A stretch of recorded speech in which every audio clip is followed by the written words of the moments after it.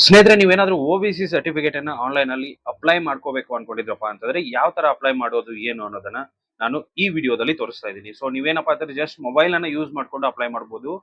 ಯಾವ ತರ ಏನು ಅನ್ನೋದನ್ನ ಕಂಪ್ಲೀಟ್ ಆಗಿ ವಿಡಿಯೋ ನೋಡಿ. ವಿಡಿಯೋ ಇಷ್ಟ ಆದ್ರೆ ಒಂದು ಲೈಕ್ ಮಾಡಿ. ಅದೇ ರೀತಿ ಚಾನಲ್ಗೆ ಹೊಸದಾಗಿರೋರು ದಯವಿಟ್ಟು ಸಬ್ಸ್ಕ್ರೈಬ್ ಮಾಡ್ಕೊಳ್ಳಿ. ಸೊ ಮೊದಲಿಗೆ ಸೇವಾ ಸಿಂಧು ಓಪನ್ ಮಾಡ್ಕೊಂಡು ರಿಜಿಸ್ಟರ್ ಆಗಿ ಲಾಗಿನ್ ಆಗಿ. ಯಾವ ತರ ರಿಜಿಸ್ಟರ್ ಆಗೋದು ಅನ್ನೋದನ್ನ ನಾನು ಹಳೆ ವಿಡಿಯೋಸ್ ಅಲ್ಲಿ ತೋರಿಸಿದ್ದೀನಿ. ಲಿಂಕ್ ನಿಮಗೆ ಡಿಸ್ಕ್ರಿಪ್ಷನ್ ಅಲ್ಲಿ ಸಿಗುತ್ತೆ, ಹೋಗ್ಬಿಟ್ಟು ನೋಡಿ ರಿಜಿಸ್ಟರ್ ಆಗಿ ಆಮೇಲೆ ನೀವು ಇದನ್ನ ನೋಡಬಹುದು. ಸೊ ಈ ವಿಡಿಯೋನ ಫುಲ್ ನೋಡಿ ಆಮೇಲೆ ರಿಜಿಸ್ಟರ್ ಆಗಿ. ಸೊ ಇವಾಗ ಏನಪ್ಪಾ ಅಂತಂದ್ರೆ ನಿಮ್ಗೆ ರಿಜಿಸ್ಟರ್ ಆಗಿ ಲಾಗಿನ್ ಆದ್ರಪ್ಪ ಅಂತಂದ್ರೆ ಈ ತರ ಒಂದು ಇಂಟರ್ಫೇಸ್ ಇಲ್ಲಿ ನಿಮ್ಗೆ ನೋಡೋದಿಕ್ಕೆ ಸಿಗುತ್ತೆ. ಇವಾಗ ನೀವ್ ಏನ್ ಮಾಡ್ಬೇಕಪ್ಪ ಅಂತಂದ್ರೆ ಇಲ್ಲಿ ಅಪ್ಲೈ ಫಾರ್ ಸರ್ವಿಸಸ್ ಅಂತ ಇದೆ. ಸೊ ಅದ್ರ ಮೇಲೆ ಕ್ಲಿಕ್ ಮಾಡ್ಕೊಂಡು ವ್ಯೂ ಆಲ್ ಅವೈಲೇಬಲ್ ಸರ್ವಿಸಸ್ ಮೇಲೆ ಕ್ಲಿಕ್ ಮಾಡ್ಕೊಳ್ಳಿ. ಅಲ್ಲಿ ಕ್ಲಿಕ್ ಮಾಡ್ಕೊಂಡ್ರಪ್ಪ ಅಂತಂದ್ರೆ ನಿಮಗೆ ಸೇವಾ ಸಿಂಧು ಅಲ್ಲಿ ಇರುವಂತ ಅಷ್ಟು ಸರ್ವಿಸ್ಗಳು ಇಲ್ಲಿ ನಮ್ಗೆ ನೋಡೋದಿಕ್ಕೆ ಸಿಗುತ್ತೆ. ಸೊ ಅಷ್ಟು ಸರ್ವಿಸ್ಗಳು ಇಲ್ಲಿ ನಮಗೆ ನೋಡೋದಕ್ಕೆ ಸಿಗುತ್ತೆ. ಸೊ ನಮ್ಗೆ ಏನ್ ಬೇಕಾಗಿರೋದು OBC ಸರ್ಟಿಫಿಕೇಟ್. ಸೊ ನಾವಿಲ್ಲಿ ಸರ್ಚ್ ಮಾಡೋಣ OBC ಅಂತ. ಸೊ OBC ಅಂತ ಸರ್ಚ್ ಮಾಡಿದ್ರಪ್ಪ ಅಂತಂದ್ರೆ ಇಲ್ಲಿ ನೋಡ್ಬೋದು ನಿಮ್ಗೆ 3 ಅಪ್ಲಿಕೇಶನ್ಗಳು ಇಲ್ಲಿ ನೋಡೋದಕ್ಕೆ ಸಿಗುತ್ತೆ. ಹಾಗಾದ್ರೆ ಇದರಲ್ಲಿ ನಾವು ಯಾವ್ದನ್ನ ಯೂಸ್ ಮಾಡೋದು? ಸೊ ಮೂರನೇ ಇದೆಯಲ್ಲ, ರೆವಿನ್ಯೂ ಡಿಪಾರ್ಟ್ಮೆಂಟ್ OBC ಸರ್ಟಿಫಿಕೇಟ್ ಅಂತ. ಸೊ ಅದ್ರ ಮೇಲೆ ಕ್ಲಿಕ್ ಮಾಡ್ಕೊಳ್ಳಿ. ಅದ್ರ ಮೇಲೆ ಕ್ಲಿಕ್ ಮಾಡ್ಕೊಂಡ್ರಪ್ಪ ಅಂತಂದ್ರೆ ನಿಮ್ಗೆ ಡೈರೆಕ್ಟ್ ಆಗಿ ರೆವಿನ್ಯೂ ಡಿಪಾರ್ಟ್ಮೆಂಟ್ ಇಂದ ಅಪ್ಲಿಕೇಶನ್ ಓಪನ್ ಆಗ್ಬಿಡುತ್ತೆ. ಸೊ ಇದೇನಪ್ಪಾ ಅಂತಂದ್ರೆ ಸೆಂಟ್ರಲ್ OBC ಸರ್ಟಿಫಿಕೇಟ್. ಸೊ ಇಲ್ಲಿ ಕೆಳಗಡೆ ಏನೇನ್ ಅಪ್ಲಿಕೇಶನ್ ಡೀಟೇಲ್ಸ್ ಅನ್ನ ಕೇಳ್ತಾರಲ್ಲ ಅದನ್ನ ಕೊಡ್ತಾ ಹೋಗಿ. Do you have ration card? Ration card ಇದ್ರೆ ಎಸ್ ಅಂತ ಕೊಡಿ, ಇಲ್ಲ ಅಂದ್ರೆ ಇಲ್ಲ ಅಂತ ಕೊಡಿ. ಸೊ ನೆಕ್ಸ್ಟ್ ನಿಮ್ಗೆ ಇಲ್ಲಿ ಆಧಾರ್ ನಂಬರ್ ಎಂಟ್ರಿ ಮಾಡೋದಕ್ಕೆ ಕೇಳುತ್ತೆ. ನಿಮ್ಮ ಆಧಾರ್ ನಂಬರ್ ಅನ್ನ ನೀವೇನಪ್ಪಾ ಅಂತಂದ್ರೆ ಎಂಟ್ರಿ ಮಾಡಿ. ಆಧಾರ್ ನಂಬರ್ ಅನ್ನ ಎಂಟ್ರಿ ಮಾಡಿದ್ರಪ್ಪ ಅಂತಂದ್ರೆ ನಿಮ್ಗೆ ಆಧಾರ್ ಅಥೆಂಟಿಕೇಶನ್ಗೆ ಅಂತ ಬರುತ್ತೆ. ಇಲ್ಲಿ ನೋಡ್ಬೋದು, ಇಲ್ಲಿ ನಿಮ್ಗೆ ಕಂಪ್ಲೀಟ್ ಡೀಟೇಲ್ಸ್ ಅನ್ನ ಕೇಳುತ್ತೆ.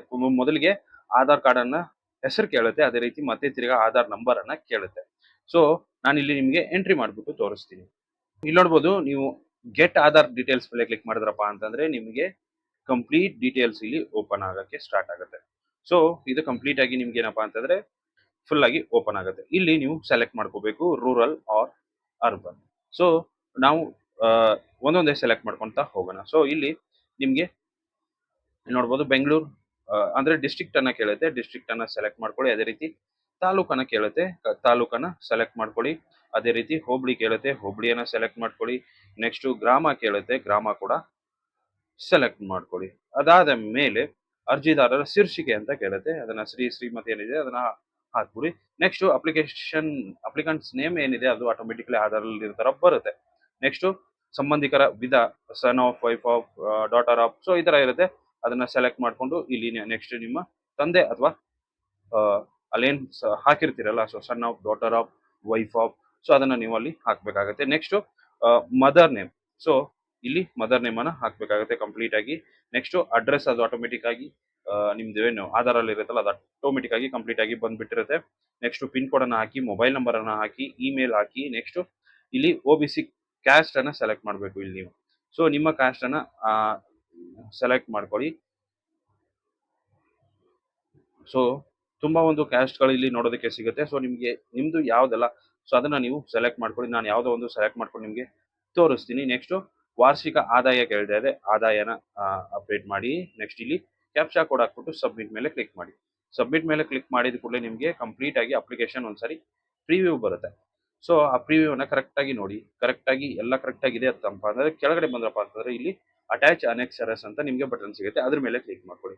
ಅದ್ರ ಮೇಲೆ ಕ್ಲಿಕ್ ಮಾಡ್ಕೊಂಡ್ರಪ್ಪ ಅಂತಂದ್ರೆ ನಿಮ್ಗೆ ಅಲ್ಲಿ ನಿಮ್ಮ ಡಾಕ್ಯುಮೆಂಟ್ಸ್ ಅನ್ನ ಅಪ್ಲೋಡ್ ಮಾಡೋದಕ್ಕೆ ಕೇಳುತ್ತೆ. ಆಧಾರ್ ಕಾರ್ಡ್, ಫೋಟೋ, ಅದೇ ರೀತಿ ನಿಮ್ಮ TC ಆಗಿರ್ಬೋದು ಅದೆಲ್ಲ ಕೇಳುತ್ತೆ. ಸೊ ಅದನ್ನ ಅಪ್ಲೋಡ್ ಮಾಡಿ, ಅಪ್ಲೋಡ್ ಮಾಡ್ಬಿಟ್ಟು ಸಬ್ಮಿಟ್ ಮಾಡಿ. ಸಬ್ಮಿಟ್ ಮಾಡಿ ಆದ್ಮೇಲೆ ಏನಾದ್ರು ಪೇಮೆಂಟ್ ಕೇಳ್ತಪ್ಪ ಅಂತಂದ್ರೆ ಪೇಮೆಂಟ್ ಮಾಡಿ. ಸೊ 40 rupees ಪೇಮೆಂಟ್ ಕೇಳ್ಬೋದು, ಯಾಕಂತಂದ್ರೆ ರೆವಿನ್ಯೂ ಡಿಪಾರ್ಟ್ಮೆಂಟ್ ಅವರು 40 rupees ಚಾರ್ಜಸ್ ಮಾಡಿದ್ದಾರೆ ಇವಾಗ. ಸೊ 40 rupees ಪೇಮೆಂಟ್ ಮಾಡಿ ಆದ ಮೇಲೆ ಅಕ್ನಾಲೇಜ್ಮೆಂಟ್ ಬರುತ್ತೆ, ಅದನ್ನ ಡೌನ್ಲೋಡ್ ಮಾಡ್ಕೊಂಡು ಇಟ್ಟಿರಿ. ಸೊ ಅದಾದ ಮೇಲೆ ನಿಮ್ಗೆ ಅಪ್ಲಿಕೇಶನ್ ಸಬ್ಮಿಟ್ ಆದಂಗೆನೆ, ಅದಾದ ಮೇಲೆ ನಿಮ್ಗೆ ಒಂದು 21 ವರ್ಕಿಂಗ್ ಡೇಸ್ ಆದ್ಮೇಲೆ ನಿಮ್ಮ ಸರ್ಟಿಫಿಕೇಟ್ ನೀವು ಏನ್ ಪ್ರೊಸೆಸ್ ಇದೆ ಅನ್ನೋದನ್ನ ನೀವು ಟ್ರ್ಯಾಕ್ ಮಾಡ್ಕೊಂಡು ಏನಿದೆ ಅನ್ನೋದನ್ನ ನೀವು ಚೆಕ್ ಮಾಡ್ಕೋಬಹುದು. ಸೊ ಈ ರೀತಿಯಾಗಿ ನೀವೇನಪ್ಪಾ ಅಂತಂದ್ರೆ ಅಪ್ಲಿಕೇಶನ್ ನ ಸಬ್ಮಿಟ್ ಮಾಡ್ಬೋದು. ಅದೇ ರೀತಿ ಏನಾದ್ರೂ ವಿಡಿಯೋ ಇಷ್ಟ ಆಗಿದೆ ಅನ್ಕೊಂಡಿದೀನಿ, ಇಷ್ಟ ಆಗಿದ್ರೆ ಅದೇ ರೀತಿ ಕೆಳಗಡೆ ಒಂದು ಕಮೆಂಟ್ ಹಾಕಿ. ಸೊ ವಿಡಿಯೋ ಯಾವ ತರ ಇದೆ ಅಂತ, ಅದೇ ರೀತಿ ನಮ್ಮ ಅಪ್ಲಿಕೇಶನ್ ನ ಯಾವ ತರ ಟ್ರ್ಯಾಕ್ ಮಾಡೋದು ಅನ್ನೋದು ನಿಮಗೆ ವಿಡಿಯೋ ಬೇಕಪ್ಪ ಅಂತಂದ್ರೆ ದಯವಿಟ್ಟು ಕಮೆಂಟ್ ಮುಖಾಂತರ ತಿಳಿಸಿ, ನಾನು ನೆಕ್ಸ್ಟ್ ವಿಡಿಯೋ ನಿಮ್ಗೆ ಮಾಡ್ಬಿಟ್ಟು ಕೊಡ್ತೀನಿ. ಸೊ ಸಿಗೋಣ ಮುಂದಿನ ವಿಡಿಯೋದಲ್ಲಿ ಅಂತ ಹೇಳ್ತಾ, ಥ್ಯಾಂಕ್ ಯು ಸೋ ಮಚ್.